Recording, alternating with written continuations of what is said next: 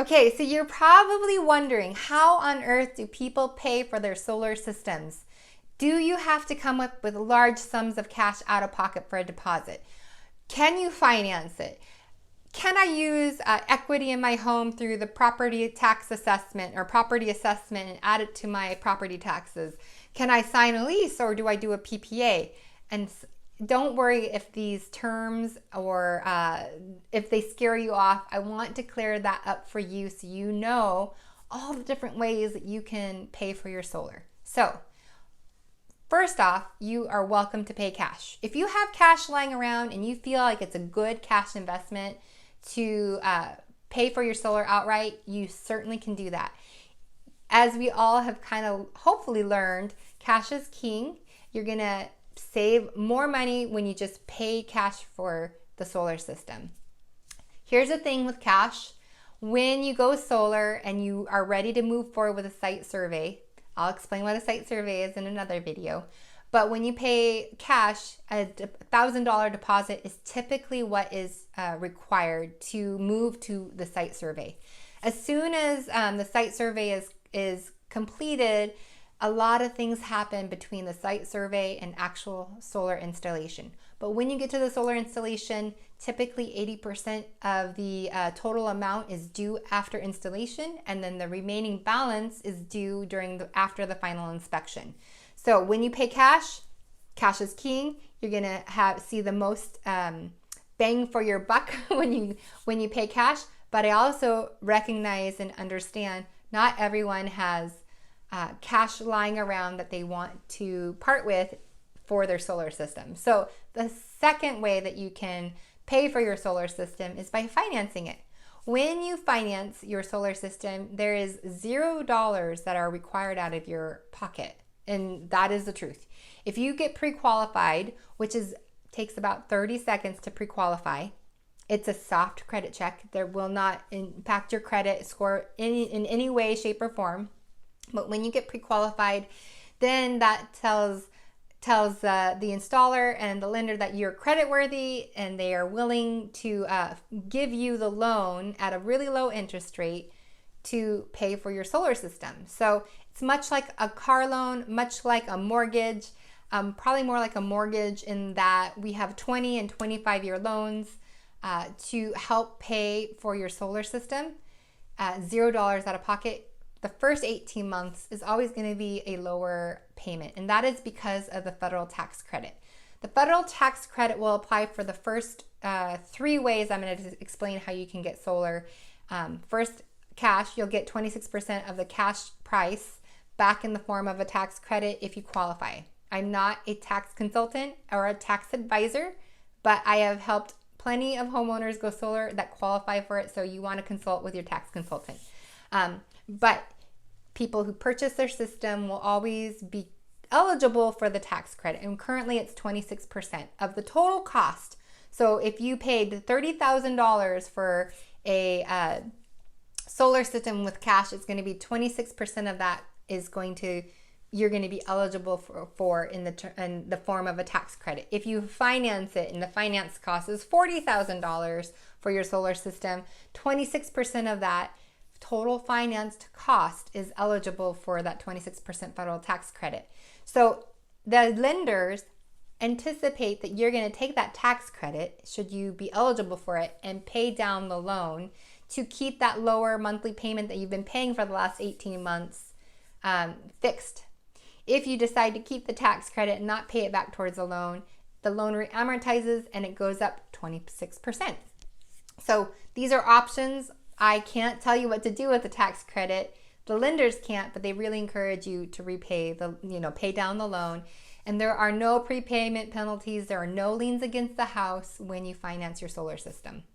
The third way that you can pay for your solar system is through something called PACE funding. And this is a property assessment of your home, the property itself.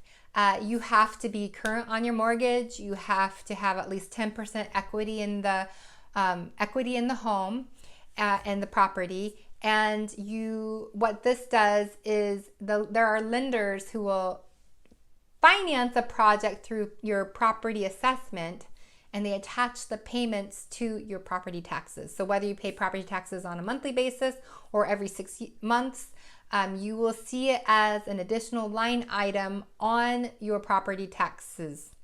The caveat here is there's a lien that's put against your property. If for any reason you default on your property taxes, the PACE lender is first positioned to get their money back from you.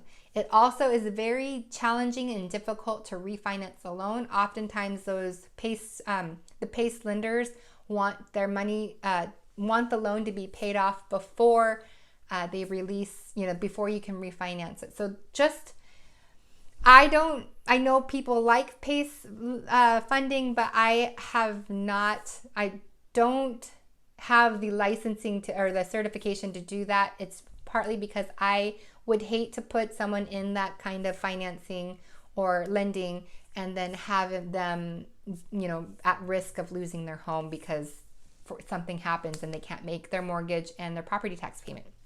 So it is an option. It's there. And you still qualify for the 26% federal tax credit. It's just, I'll leave it at that. So those are the 3 ways that you can get the tax credit. The last 2 ways, the leasing companies or the power purchasing agreement holder would benefit from the tax credit. But you can lease the system, which is you sign like a 25-year lease. It's typically starting you out at a much lower rate than what the utility company is charging you, but it's still a little bit more than if you were to pay cash or finance it. And sometimes these leases will have an escalator, so like a 3% escalator rate increase every year. It's still going to save you money because in California, the rate increases are about 7 to 8% compounding every single year. So you're still going to see a little bit of a price increase over the next 25 years, but you're still going to be paying under and below what the utility company is currently charging you. Power purchase agreements are very similar to leases, but you are simply paying for the power that you use in your home at a fixed rate with an escalator, over time. But someone else owns the system, and you are just paying for the power that the solar system is generating, and you don't have the option to buy out the equipment at the end of your agreement. Unlike a lease, with a lease, you can pay for the system at the end of the lease term. You can buy it outright at market value, but these solar systems are going to last you 25 plus years. So if you're thinking lease versus a loan, the only thing that I would say is with a lease, it doesn't show up on your credit report and neither does the PACE funding. There is no personal credit required because with PACE, it's tied to the property assessment. With a loan though, the loan obviously will show up on your credit debt to income ratio. So those are the 5 ways that you can pay or get solar on your rooftop. Regardless of which way you go, you're going to save money. Because the utility rates in California are ridiculously high and they're not going to ever come back down. So no matter which way you decide to finance or pay or lease or rent your power, you're going to come out ahead. So I will be here to help you determine or discuss the best way to go about paying for your solar system. If you want PACE funding, I will have to go through some training. I have yet to have one customer do it. I just think it's a little on the risky side. So that's what to expect with paying for your solar system. And I'll see you in the next video.